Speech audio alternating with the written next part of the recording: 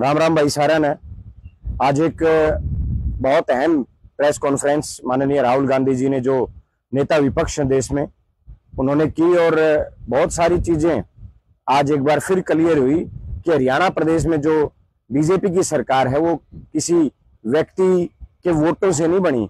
लोकतंत्र में जिस तरीके से सरकारें चुनी जाती हैं वैसे नहीं बनी, बल्कि चोरी करके बनाई गई है।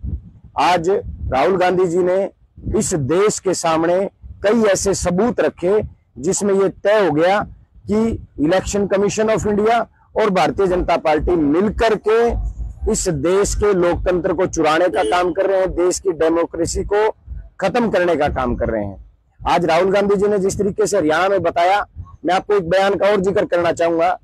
एक बयान आपने सुना होगा रिजल्ट से बिल्कुल पहले दिन, जब प्रदेश के मुख्यमंत्री नायब सैनी जो वोट चोरी करके गद्दी पे बैठे हैं, जो एक वोट चोर है, उन्होंने एक बयान दिया था कि हमने सारी व्यवस्थाएं कर ली है, सारे प्रबंध हमने कर लिए हैं और कल हरियाणा प्रदेश में बीजेपी की सरकार बनेगी। जबकि पूरे देश में, दुनिया में कोई भी व्यक्ति ये नहीं कह रहा था कि हरियाणा में बीजेपी की सरकार बनेगी, लेकिन वो कह रहे थे कि हमने सारी व्यवस्थाएं कर ली हैं। हरियाणा प्रदेश में ब्राजील के एक मॉडल के 22 वोट हैं। बड़ी हैरानी की बात है, देश की नहीं, प्रदेश की नहीं, बल्कि ब्राजील के एक मॉडल के 22 वोट हैं।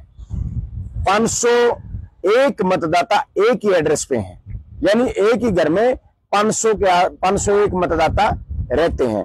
साथियों, हैरानी की बात आपको ये बताऊंगा मैं, जिसमें राहुल गांधी जी ने बताया हरियाणा में जो वोटर लिस्ट है, जो चुनाव आयोग की वोटर लिस्ट है, उसमें 1,22,000 से ज्यादा मतदाता फर्जी हैं और एक ही महिला के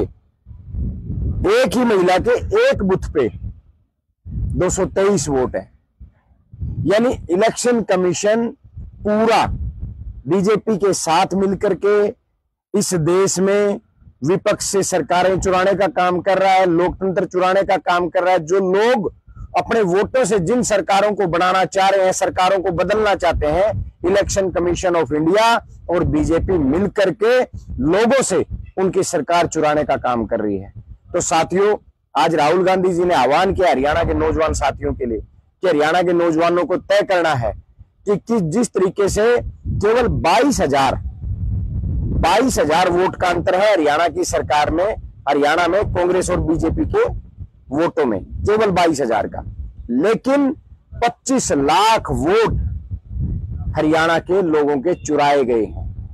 यानी जो सरकार केवल 22,000 वोट से बनी हो और उस सरकार को 25 लाख वोटों के द्वारा चुरा लिया गया हो, तो बड़ी हैरानी है कि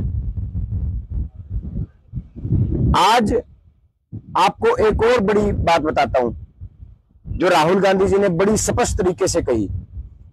हरियाणा में बहुत लाखों वोटर ऐसे हैं जो यूपी में भी हैं। यूपी के बीजेपी के नेताओं, बीजेपी के कार्यकर्ताओं को टारगेट करके उनके वोट हरियाणा में शिफ्ट कराए गए। होडल जैसी विधानसभा, जहां केवल 22,000 वोट से मात्र कांग्रेस के प्रत्याशी हारे, लेकिन वहां हजारों की संख्या में यूपी के लोगों के वोट होडल विधानसभा में शिफ्ट किए गए। और ये केवल होडल की बात नहीं कर रहा मैं, पूरे हरियाणा प्रदेश में ऐसे लाखों वोटों को बीजेपी के कार्यकर्ता जो दूसरे स्टेट्स में, उनको शिफ्ट करने का काम भारतीय जनता पार्टी और इलेक्शन कमीशन ने करने का काम किया है। तो साथियों, ये बात तो पहले ही तय थी कि लोकतंत्र चुराया गया है। जो नायब सैनी जो बैठे हैं, जो वोट चोर हैं, जो गद्दी पे बैठे हैं, आज हरियाणा प्रदेश के युवाओं को तय करना पड़ेगा कि इन वोट चोरों को इस देश और प्रदेश की सत्ता से भगाना पड़ेगा, नहीं तो लोकतंत्र नाम की कोई चीज नहीं है। साथियों, गरीब के पास केवल और केवल एक वोट की ताकत होती है, जिससे वो अपना भाग्य चुनता है, जिससे वो अपने पसंद की सरकारें चुनने का काम करते हैं। जब गरीब, किसान, मजदूर, छोटा व्यापारी उस वोट के अधिकार से वंचित रह जाएगा, लोकतंत्र चुरा के जो सरकारें बनाई जाएंगी, वो सरकारें केवल अडानी अंबानी जैसे धनाढ्य लोगों का भला कर सकती है। इस देश की गरीब, किसान, मजदूर और जो दलित पिछड़े हैं, उनका भला कभी नहीं हो सकता। अब हरियाणा के नौजवानों को तय करना है कि जो सरकार वोट चोरी से बनाई गई है, उस सरकार को हमें मजबूती से एक सवर में पूरी शांति के साथ पीसफुली जवाब देना है और एक ही नारा बुलंद करना है, वोट चोर गद्दी छोड़।